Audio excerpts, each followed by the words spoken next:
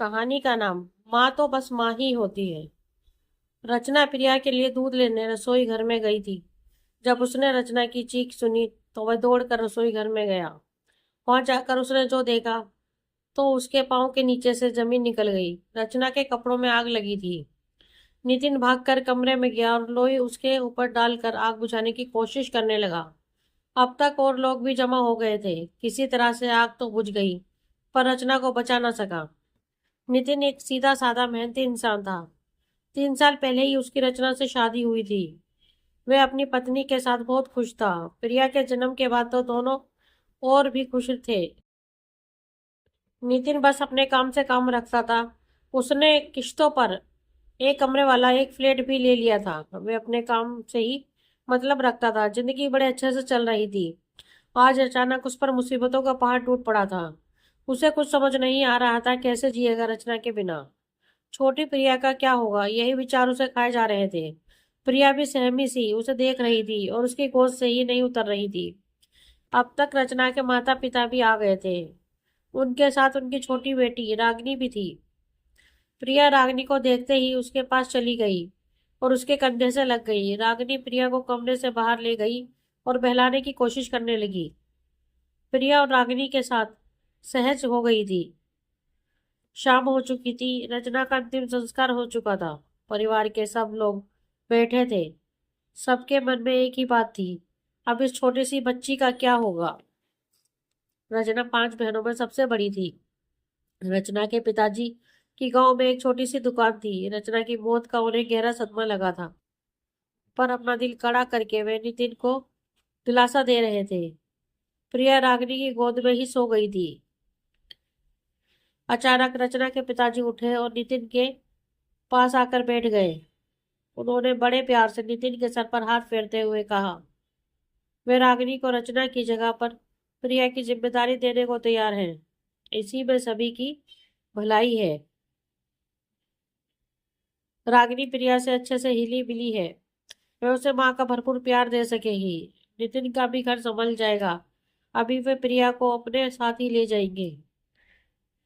कुछ समय नितिन और रागिनी की शादी बड़ी सादगी से कर दी गई। प्रिया पहले से ही रागिनी से हिली मिली थी। वह जल्द ही सहज हो गई और उसे ही माँ समझने लगी। रागिनी ही की उम्र 20 वर्ष थी। उसने 12 कक्षा तक पढ़ाई की थी। वह बहुत ही शालीन कन्या थी। उसने नितिन की गृहस्थी को अच्छे से संभाल लिया था। समय तेजी से बढ़ता गया। प्रिया को भी स्कूल में दाखिला करा दिया था। अब वह तोतली बातों से घर भर की को बहलाती रहती। जल्द ही उसका अपना भी बेटा हो गया। पर रागिनी के प्रिया के प्रति प्यार में कोई कमी नहीं आई। वे उसे रोज स्कूल छोड़ने जाती और स्कूल से लेकर ही आती। उसकी हर जरूरत का ध्यान रखती। एक दिन उसे नितिन ने बताया कि उसकी दूर की एक बुआ जी जो बनारस में रहती थी उनसे मिलने आ रही है। उन्हें नितिन के साथ हुए हादसे के बारे में कुछ भी पता न था।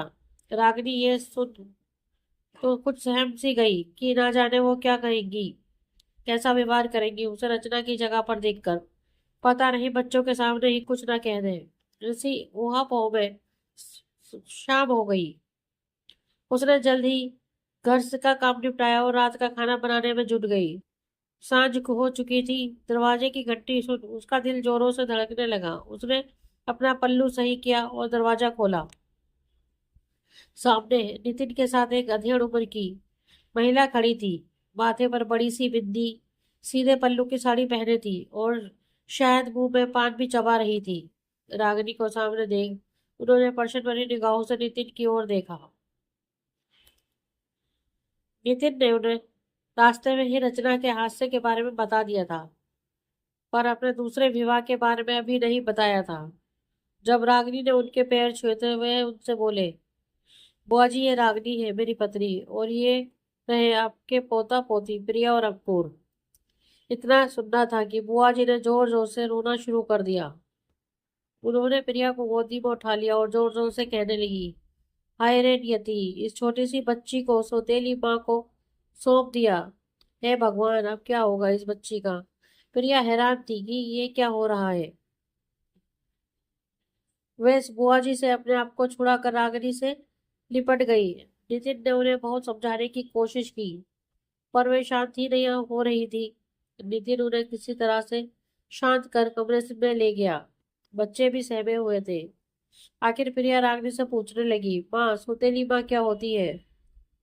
रागनी ने उसे सीने से लगा लिया और बेतहाशा चूमते हुए कहने लगी, माँ बस माँ ही होती है, जैसे मैं हूँ तुम्हारी।